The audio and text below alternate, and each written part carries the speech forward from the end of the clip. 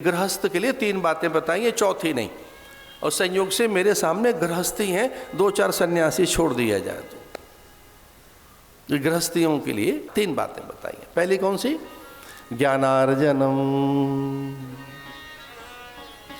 गृहस्थी को ये 3 काम करने चाहिए, चौथा कुछ नहीं। ज्ञानार्जनम, ज्ञान का अर्जन करो। दूसरा है धनार्जनम, धन का अर्जन करो।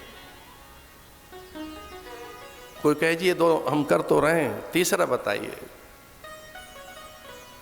नहीं, पहला ही नहीं हुआ है। ज्ञान माने नॉट डिग्रीज ना, वो भी बड़ी बात है। सूचना की तकनीक, संचार की क्रांति, दरवाजे पर आर्टिफिशियल इंटेलिजेंस खड़ी है। अभी तो बहुत ही ज़्यादा गौरवान्वित है भारत ये जानकर, भारत का बच्चा कि आर्टिफिशियल इंटेलिजेंस में जिसकी 100 गुना बुद्धि आगे चल रही है वो भारत के लोग हैं। भारत के लोग 100 टाइम्स। अब विदेशी लोग इस बात पे चक्कर आ रहे हैं कि तो आर्टिफिशियल इंटेलिजेंस में भी आगे निकल गए।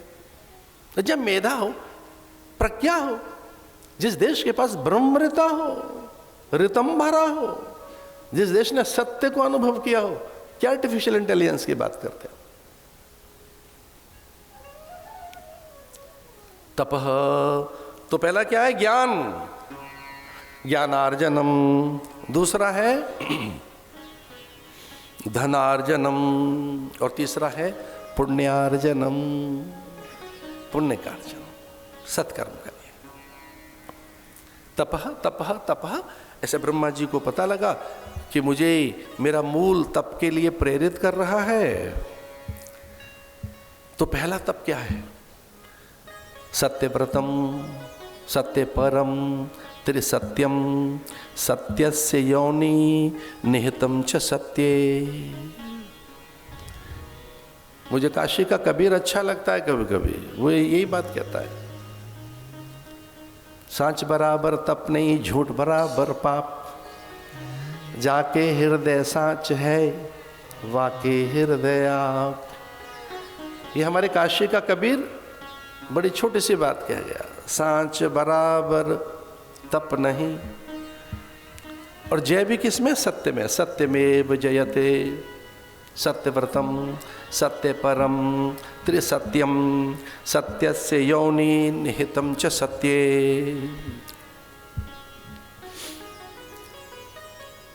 एक महात्मा ऐसा इसका अर्थ ये भी लगा रहे थे कि दोबारा जन्म लेना चाहो, सारे संकटों से दूर रहना चाहो, तो सत्य का आचरण करो। कुछ ऋषि उनको अलग तरीके के प्रश्न करते हैं महात्माओं से लोग। इस सन्यास का एक सौंदर्य ये तो है ही, नाना भांति के लोग हमको मिलते हैं, नाना प्रकार के प्रश्न करते हैं। एक सच्ची घटना है, एक महापुरुष से किसी ने कहा कि महाराज आप हमारे बड़े आदरणीय हैं, हमने आपको गुरु भी बना रखा है, तो बड़े संकोच में एक बात पूछनी थी। तो महात्मा ने कहा नहीं भैया, तू श्रद्धालु है, हम दोनों गुरु शिष्य हैं, पिता पुत्र हैं, कुछ भी पूछ। तो उसने धीरे से कहा कि मैं और मेरी पत्नी धन की कामना लिए बैठे हैं, हमें बहुत धन चाहिए। तो पहले तो ये बताइए हमारा विचार अनुचित तो नहीं है? तो महाराज ने कहा कि भाई धन ही खाली या कीर्ति भी, क्योंकि मैं फिर पूरा उपाय बता दूं। बोले हाँ वो स्वाभाविक है, धन आएगा तो कीर्ति भी आएगी, धन के साथ कीर्ति भी। ये सच्ची घटना है। महात्मा ने उत्तर दिया, ये शास्त्र का उत्तर है, आप इसे याद रखना। सत्यानुसारणी लक्ष्मी, त्यागानुसारणी कीर्ति। अच्छा तो नहीं लगता कि आपसे पीछे पीछे बुलवाऊं, मर्यादा नहीं है, फिर भी बोलिए मेरे साथ। सत्यानुसारणी लक्ष्मी ही,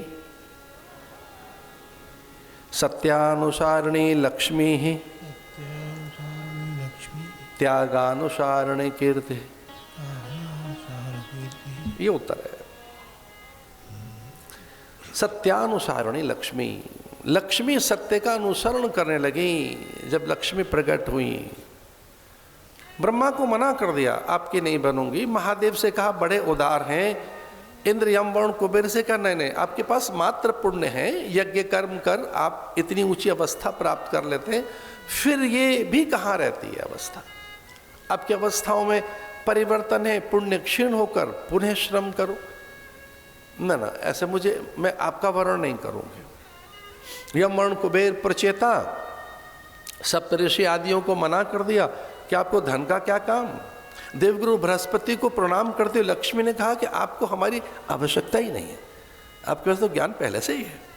महादेव को कहा कि आपके पास इसलिए नहीं जाएंगी, कोई निशाचर आपको प्रसन्न कर लेगा, आप वरदान में हमें दे दोगे उसे, ना आपके पास नहीं। तो सबने देखा ही जाएंगी कहां, किसकी बनेंगे। और आप सब जानते हैं सत्यनारायण की लक्ष्मी बन गई, सत्यानुगामिनी बन गई, सत्यानुचारणी, सत्यानुसारणे लक्ष्मी। लक्ष्मी को सत्य अच्छा लगता है। मनसा वाचा कर्मणा सत्य, मन वचन कर्म में जो सत्य है वो लक्ष्मी को अच्छा लगता है। आपसे भी ये निवेदन है, सत्य का अनुसरण करो। मनसा वाचा कर्मणा, प्रवृत्तियों में, विचार में, प्रकृति में, स्वभाव में, चेष्टाओं में, सारोकार। आरंभ में कठिनाई हो सकती है, लेकिन जयी बनेंगे आप। सत्यवरम सत्य परम त्रिसत्यम, सत्य परम सत्यव्रतम सत्य परम त्रिसत्यम।